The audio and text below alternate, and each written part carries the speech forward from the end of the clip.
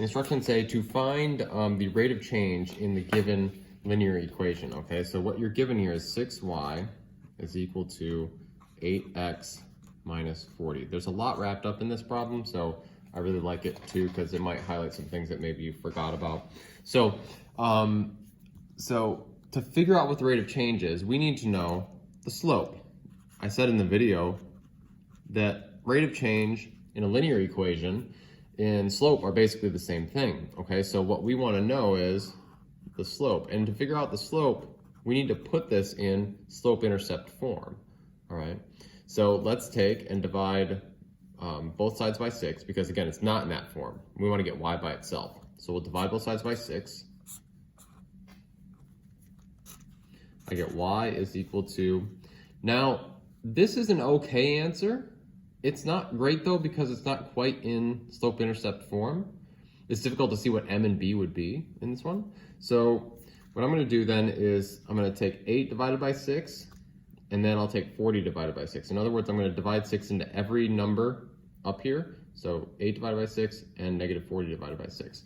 Now you can do this, you can do this a couple of ways. The easiest way is probably in your calculator. If you've got a graphing calculator, you just go 8 divided by 6 and math, and then fraction, hit enter, and you get 4/3.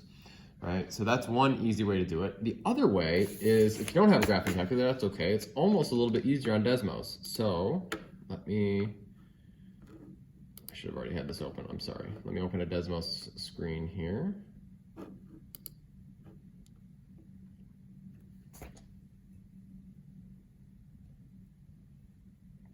In Desmos, all you have to do is type in the fraction. So if you just type in 8/6,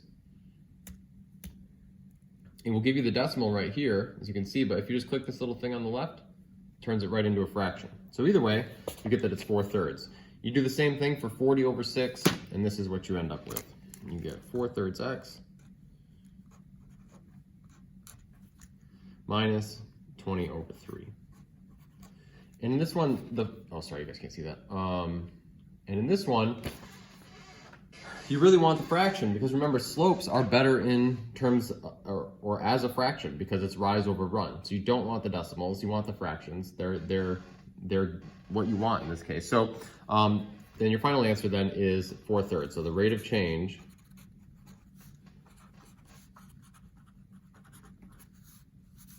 is 4/3. Because that's the slope. Okay, so that's how you do number 23. Any questions on that?